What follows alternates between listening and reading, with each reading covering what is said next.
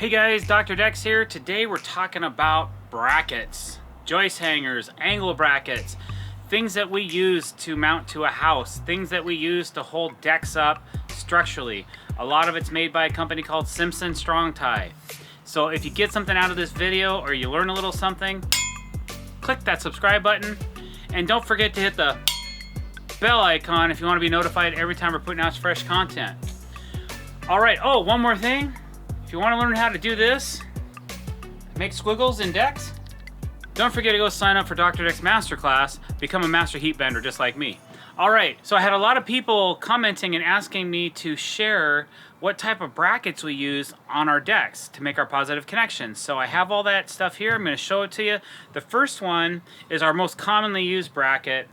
This is made by Simpson Strong Tie. This is an LUS 210Z. Says it right on there. Now what's the Z for, you ask? Z stands for Z-Max. And what Z-Max is, it's a special coating that helps resist corrosion on pressure-treated chemicals that are in the pressure-treated lumber that you see, that we use here. So a lot of our boards are pressure-treated incised hemlock. Pressure-treated incised hemlock, all right? So what these do, these are joist hangers and they're designed to help hold the joist to the ledger board on the house. Now these joist hangers can be nailed or they can be screwed with special screws made by Simpson. We use a lot of these. These are called, they're the SD connector screws. They make a number 9 and a number 10, an 1.5 and 2.5. We like to use the number 10s. We use a lot of 1.5, but we also use a lot of 2.5s. So these will be code compliant. When you're installing these, usually we put the 1.5 screws through these 4 holes here, and then we use the 2.5s through the connector here. What this does is it screws through the connector, through the joist, and into the ledger board on the house. So it gives you a really positive connection. These are structural grade screws. They actually have a little tiny stamp. I don't know if you can see it, but a building inspector can come up and look at these and know what length they are, what type they are, and these are hot dip galvanized so they don't rust, okay? So that's our first thing, are your joist hangers. Z-Max joist hangers, LUS 26Z, LUS 28Z, and LUS 210Z are my most commonly used joist hangers. And while I've got you, here's the number 10 by 1.5 connector screws. We use a heck of a lot of these. We rifle through boxes and boxes and boxes of them. We don't use them all the time on joist hangers, but they have 1.5 and 2.5. And they're a quarter drive hex head, which is kind of nice. So they always, you're not stripping these too often unless you're doing something wrong. They grip pretty good. Okay, so the next bracket I'm going to show you is probably the next in line we use, not as much as joist hangers, but we use quite often, and those are our L series Z-Max brackets. This is actually an L90Z. You can see on the label, and it's also stamped right into the metal. So L90Zs, there's an L70Z and L50Z. Basically 50, 70, 90 would be a 5 for 5-inch, 7-inch, and 9-inch lumber. You can see one installed right here. This one does have all the connector screws used for connecting that bracket to the lumber. Now this way we used 1.5 going this way, because if we used longer screws, they would have protruded through the other side of the joist, and then we used 2.5s going into the house. All right, so we use these in every circumstance where we have a 90-degree area that we need to have a positive connection to. So you might see one on a 90-degree corner. Usually we're on the outside of a square edge of a deck, or in other circumstances where those might be needing a positive connection. All right, the next 2 brackets I'm going to show you are unique. One we use for whenever we're trying to combine 2 pieces of material together that maybe aren't on a 90-degree angle. So you can see this beam above me. It has an adjustable bracket. These are skewable brackets. So this one is called a LS90Z. LS, the S stands for skewable. they're bendable one time only is what's recommended. So you kind of bend this to the shape you need, and then you don't rebend it after that. You pretty much put it in as you bend it.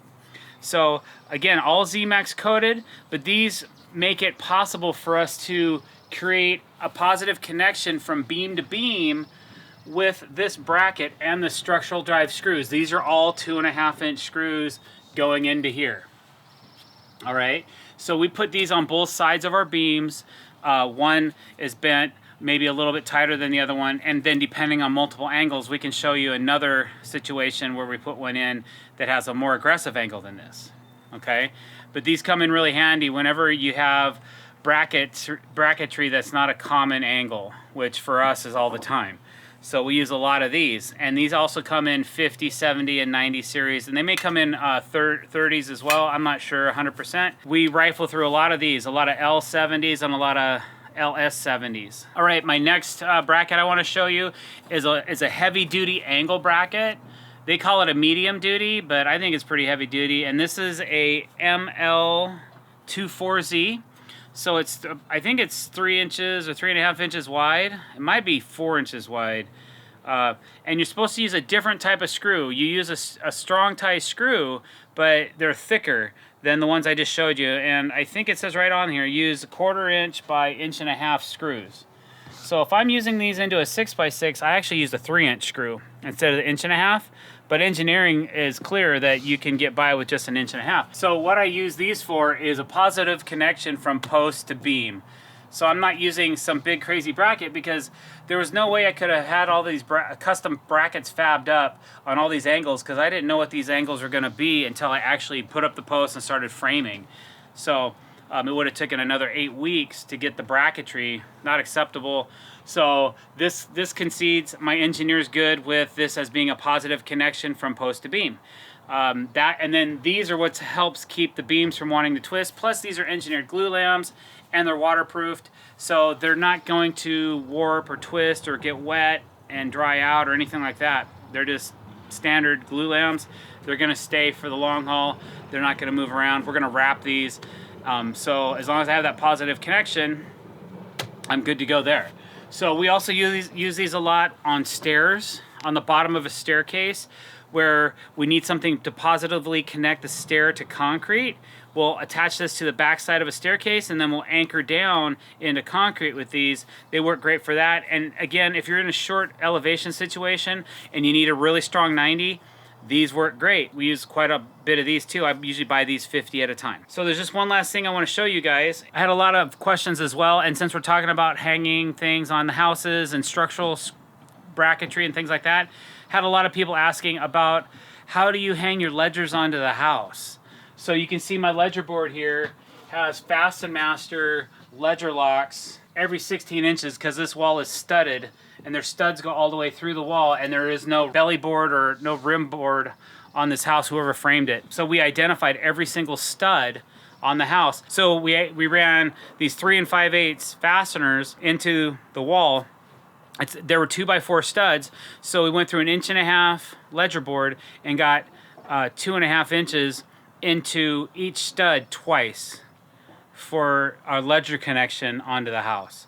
If I would have used 5-inch ledger locks, we would have probably cracked all the studs, which doesn't do you any good. It doesn't do the house any good. It's not good, even good for the sheetrock. So you don't want to go that far into a frame and try to, you could actually split all the 2x4s, and then in an earthquake, this whole thing could come crashing down. So not something you want to do. And there's 2 different types of ledger locks. They have a new style with a star drive head, T40, and then their traditional 5/16. Just depends on what look you're going for or what's available to you in your market. They're great fasteners. We use thousands of these every year. So every deck that we install has Fasten Master ledger locks installed to the ledger board on the house. We believe in the product. We think it's a good product, and it's hard to change something when you're so sold on it. So thanks guys, thanks for watching. Those are some of the most common brackets that we use to attach our decks and to keep them from moving or shifting or falling apart. If you like what you saw, don't forget to click that subscribe button. Hit the bell icon if you want to be notified of future updates. And please don't forget to go check out Dr. Deck's Masterclass, available for you online. Thank you very much. Have a great day.